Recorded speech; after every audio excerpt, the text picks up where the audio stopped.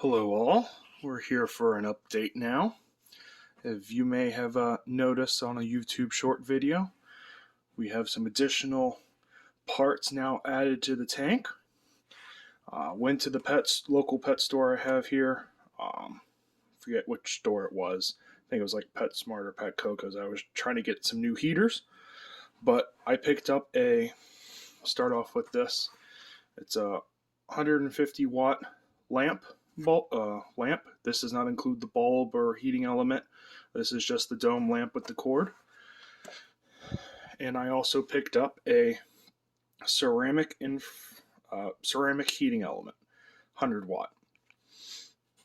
You may be wondering why pick up a 150 watt lamp heater and only have a 100 watt heating element bulb.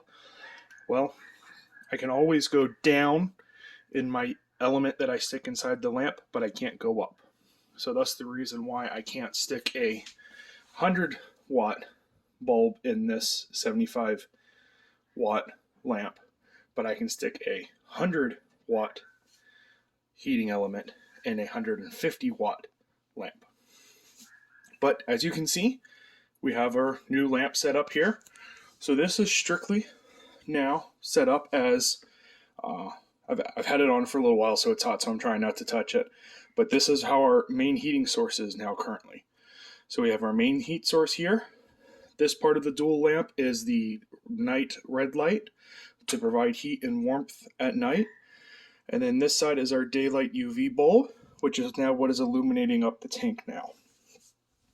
I will say for me personally, with the way it's kind of set up right now, I'm kind of not liking, see if I can stop this glare. It's all bright and shiny outside today. But forget about the glare there in the middle of the tank. But if you look at it, it's kind of not as bright as it was. It's just light white. I'm not sure if I am 100% fan of that yet or not. But we'll let it go for right now. We'll see what happens. But what we have here, we're focusing about right now, is our new lamp with heating element. Now, the lamp itself came with a clip and attachment to be able to hang it or mount it in a different way. So I have this little sword rack here. At first I tried hanging it up on here like that, but the issue I was having, the heat from here was not traveling down far enough to get into the tank. So I went and I put it back down, sit it right on top, just like that, and it's heating. You can actually see 91.2 degrees Fahrenheit. It's actually just 92 a moment ago.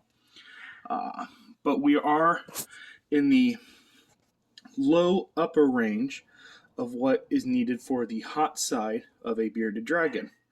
You may wonder, what is the low high side? They recommend between 90 being the absolute lowest to 100 degrees. A little more than 100 sometimes. So on average, you think about 95 to 100 is what its optimal heating temperature on the hot side for your bearded dragon. And we see here now our humidity. With the way the weather is here currently, we have no overcast or rain or anything like that. So our humidity is actually spot on where it needs to be at 30% for a bearded dragon. And you may not be able to tell and see it back there, but that little orange glow at the bottom middle there, that is actually reading 70 degrees over here. Granted, that thing is not the most accurate. It actually looks like it's warming up on the 75 a little bit more. But I'm eventually going to get a new temperature sensor like I have over here to hang up over here. But for right now, it's doing the job that I need it to do. So we're getting a good, we have our hot side for the bearded dragon, and we have a low side over here. So it is starting to warm up in heat. There is one thing I have now noticed now. This little screen top here, yes, I can set my lamps and stuff on there, but it wasn't designed to be able to take the weight and load of everything up there. You can't quite see it now, but as I'm looking at it, I can see it's just slowly swaying down and lowering now that I have all these lamps on. Especially now that this thing has been heating up and is getting quite hot. It's not hot where it's like burns you instantly to the touch, but I don't want to keep my hand there any longer than I have to. It's getting quite warm.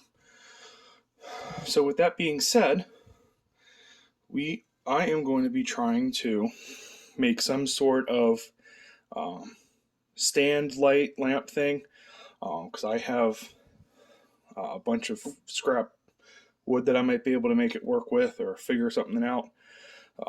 But at this moment, we have heat on our hot side. We have our night light. We have our daylight bulb.